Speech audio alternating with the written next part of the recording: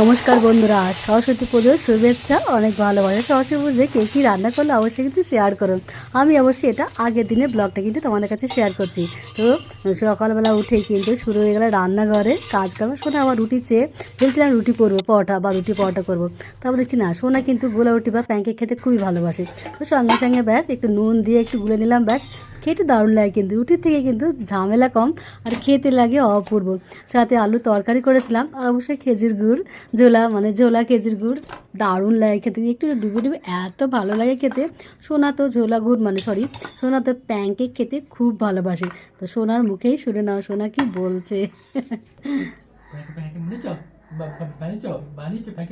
Pancake তোমার জন্য pancake? হ্যাঁ বানিয়েছি, চলো। এই যে প্যানকেক, তুমি প্যানকেক খেতে ভালোবাসে। আর এটা কি? খেজুর গুড়ের রস। আর এই যে নাও তরকারি দিয়ে খেয়ে নাও। তুমি খেতে ভালোবাসো তো, তার জন্য আমি তোমাকে প্যানকেক। এখনকার প্যানকেক আর আমরা বলতাম ছোটবেলায় গোলা রুটি, তাই তো?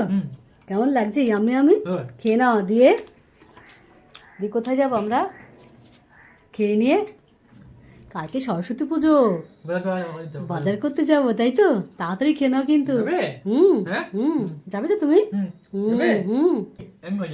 আমি আছে, খুব খেয়ে নাও।